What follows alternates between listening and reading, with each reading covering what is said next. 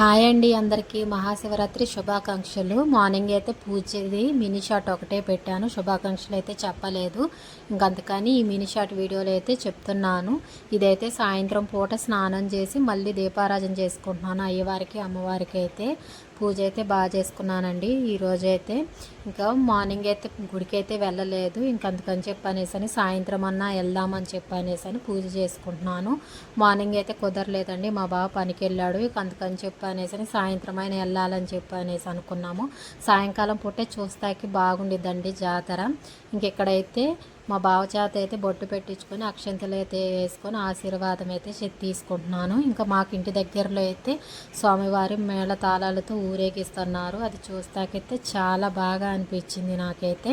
ఈరోజు చాలా హ్యాపీగా అనిపించింది. శివుడు పార్వతీదేవి కళ్యాణం కూడా చూడబోతున్నాను కదా. ఇలాంటి రోజు ఇంకెప్పుడు రాదేమో, అంత బాగా జరిగింది మాకు ఇంటికాడైతే. ఈ వీడియో మీకు నచ్చినట్లయితే లైక్